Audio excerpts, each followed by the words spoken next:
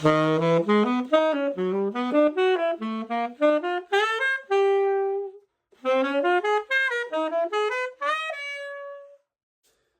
a beautiful way to go through seventh chords, major seventh chords. So that's starting on the seventh, 7, 1, 3, 5, 7, and then sometimes resolving to the 6.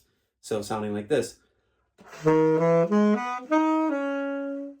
And you can do that through, that's minor third. So I'm doing it ascending. So now we're gonna go descending and it sounds just as pretty. So we're going 7, 5, 3, 1, 7, and then resolving to the 6.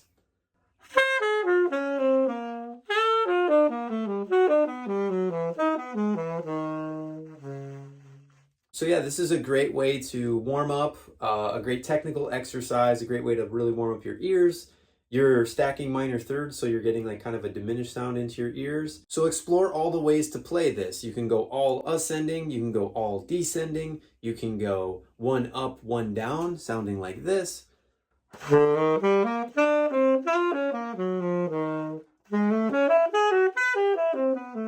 Or one down and then up.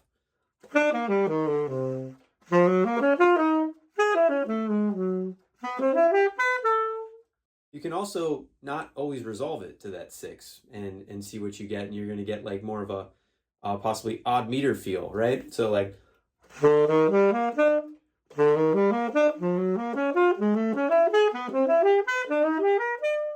they're just doing groups of 5. Mess around with it all different ways. You can do that descending too. That might sound cool. Let's see. Kind